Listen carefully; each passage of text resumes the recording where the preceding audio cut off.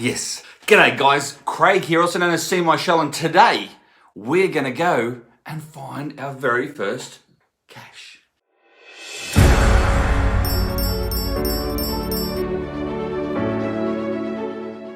G'day guys, that's right, we're going to go out and find our very first cache. However, at the moment we are under lockdown with this coronavirus, so we are going to do it virtually. And now, I may need this.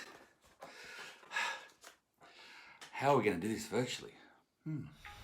G'day guys, Seemyshell's here, the Aussie Geocacher. Today I am out looking for some caches on a power trail. I hope I don't run out of steam. G'day guys, I jumped straight into an old take. This one was called Caching the Line, and it was pretty cool because it was actually along a railway tracks. Now as you can see here, I'm explaining the area, showing that there are old railway tracks, not in use anymore, and that there was an old railway building. Underneath the building was a geocache. Let's see if we can actually find that geocache. Here I am now underneath that building.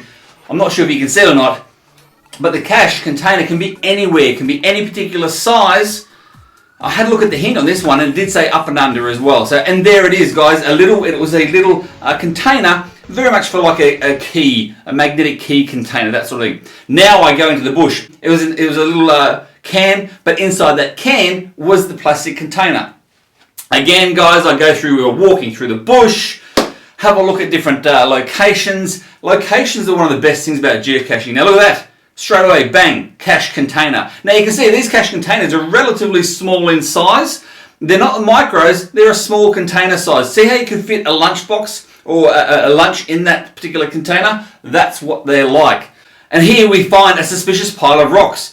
Oh, move a couple of those rocks, and again, guys, another lunchbox container, another geocache. When you find these geocaches, don't forget you must put your name in that logbook along with the date and put it back exactly the same way you found it. Here's another one, guys. This one's actually a micro size, and look at that, is what they class as a bison tube. That bison tube was hanging on the post. Now there's a bison. This bison tube, guys, it had the log in the tube. When you get it out, if you can get it out, you sign your name. You then wrap it back up and place it back in the lid. Ready? Look at this, guys. Look at this. Bison log, roll it back up and back in the lid.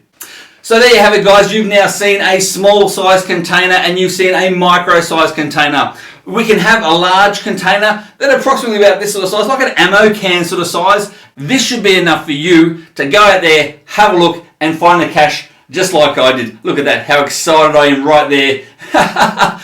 So there you have it, guys. That is what geocaching is all about. Well, actually, it's just the tip of the iceberg. So if you like these videos, guys, don't forget you must subscribe.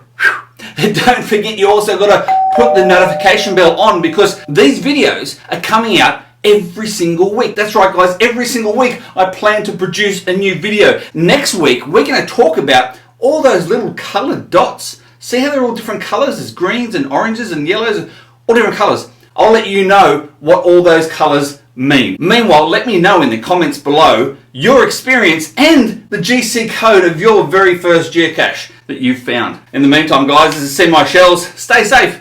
I'm over and out. I don't know why I do that. It's just whatever.